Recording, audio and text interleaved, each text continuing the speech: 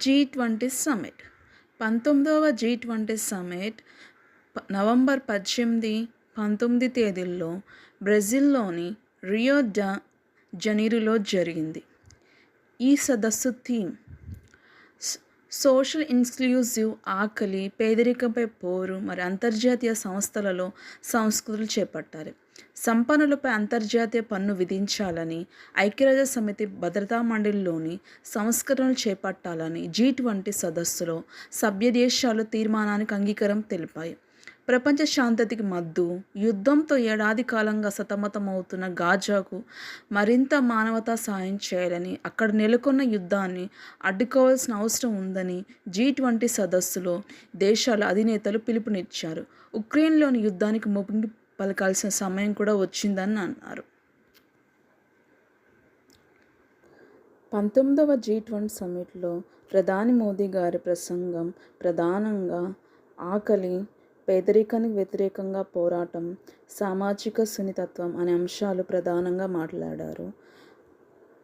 ఆకలి, పేదరికం వీటిని పరిష్కరించడానికి భారతదేశం చేపట్టిన కార్యక్రమాలను ప్రధానమంత్రి వివరిస్తూ, భారతదేశం గత 10 సంవత్సరాలలో 25 కోట్ల మంది ప్రజలను పేదరికం నుండి బయటకు తెచ్చిందని, దేశంలో 80 కోట్ల మంది ప్రజలకు ఆహార ధాన్యాలను ఉచితంగా పంపిణీ చేస్తూ వచ్చిందన్నారు.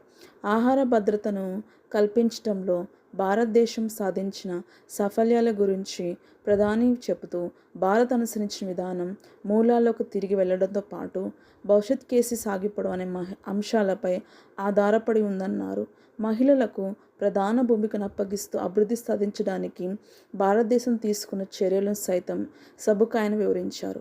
ఆఫ్రికాలోనూ ఇతర దేశాల్లోనూ ఆహార భద్రతను పెంచడానికి భారతదేశం తీసుకున్న చర్యలను కూడా ప్రధానమంత్రి తన ప్రసంగంలో ప్రధానంగా ప్రస్తావించారు.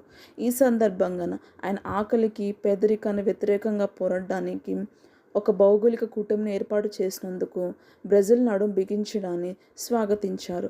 ప్రస్తుతం ప్రపంచంలో పలు ప్రాంతాలలో పోరాటాలు కొనసాగుతున్న నేపథ్యంలో తలెత్తిన ఆహార, ఇంధన, ఎరువుల సంబంధిత సంక్షోభాలు అభివృద్ధి చెందుతున్న దేశాలపై తీవ్ర ప్రభావాన్ని కలుగజేశాయి. ఈ కారణంగా ఆయా దేశాలు ఎదుర్కొన్న సమస్యలకు ప్రాధాన్యతని ఇవ్వడం తప్పనిసరిని ప్రధాని అన్నారు. సుస్థిర అభివృద్ధి లక్ష్యాల దిశగా రాబోయే 6 ఏళ్లలో పునరుత్పాదక ఇంధన వనరుల సామర్థ్యాన్ని 3 రెట్లకు పెంపు G20 దేశాల అంగీకారం తెలిపాయి. ఎడారికను నివారించడం, ప్లాస్టిక్ కాలుష్యాన్ని అరికట్టడం, ఉగ్రవాదంపై పోరాటం తదితర అంశాలపై సభ్య దేశాలు ప్రతిజ్ఞలు చేశాయి.